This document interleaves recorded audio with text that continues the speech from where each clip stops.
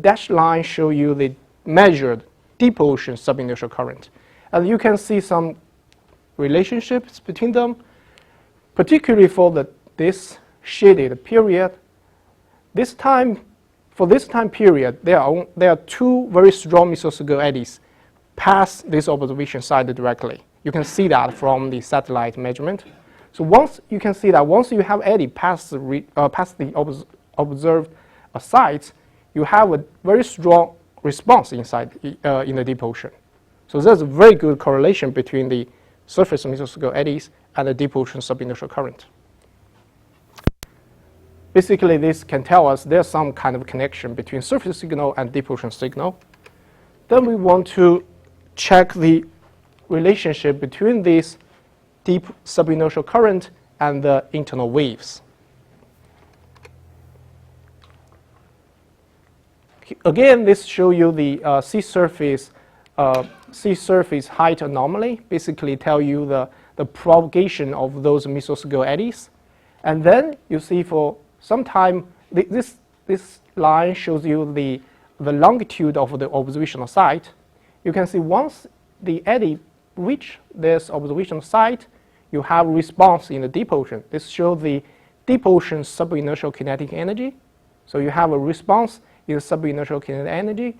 Then if we check the internal waves, particularly those two different components, that's the semi-diurnal, meaning the tidal kinetic energy, as well as the near-inertial kinetic energy. You can see those peaks associated with the subinertial kinetic energy.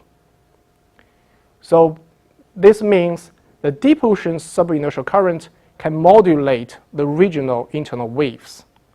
I mean, there are more information than that, because if you look more carefully, you find the tidal energy and the near-inertial energy actually responds to the subinertial current in different ways.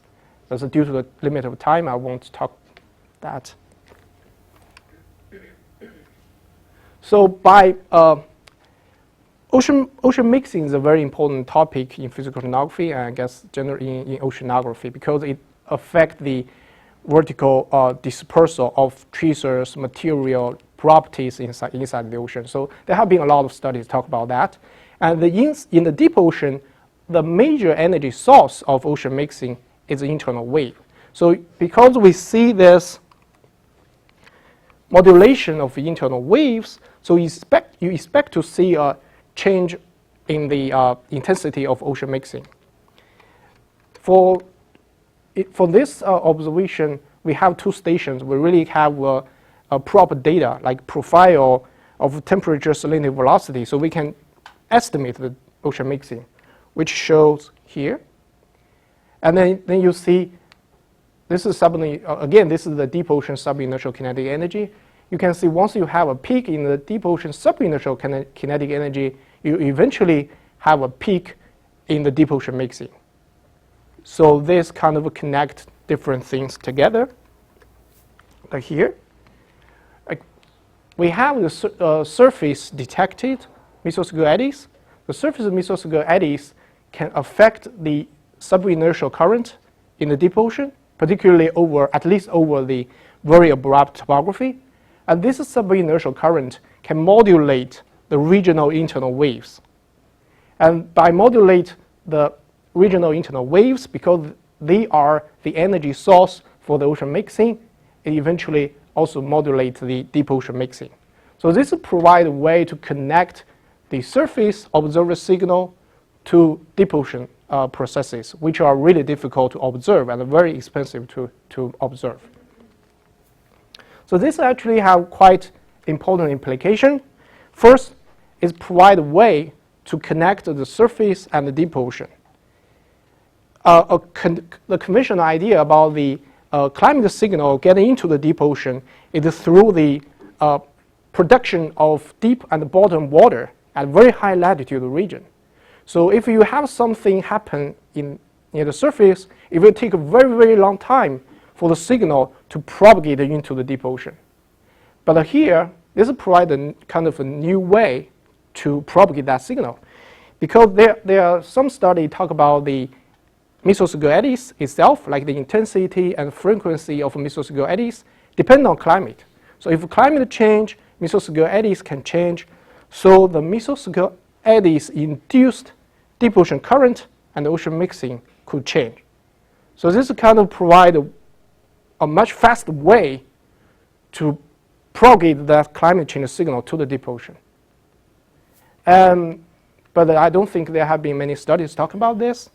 So that's something we can explore a little bit. And then because the mesoscale eddies can kind of generate quite a strong subinertial current in the deep ocean, so it could be very important for the dispersal of those biology, lava, and geochemical tracers in the deep ocean, and as well as the sediment transport.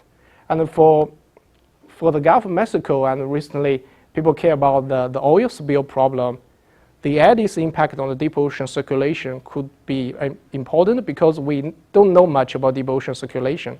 So if the deep ocean circulation is actually largely determined by the mesoscale features, then if you build up this connection, you see the surface signal, then you can infer some information about deep ocean circulation that could provide some useful information about the spread of those spilled oil. And for the future study about this one, because this is based on one case study over the EPR, and actually I did a little bit of research. I found that actually there are about thousands, 3,000 or 6,000 deep ocean current measurement there. And we can use that historical measurement and combine that with satellite measurement to see whether this is universal around global ocean. And then we can quantify the impact because there are different topography settings, different latitudes.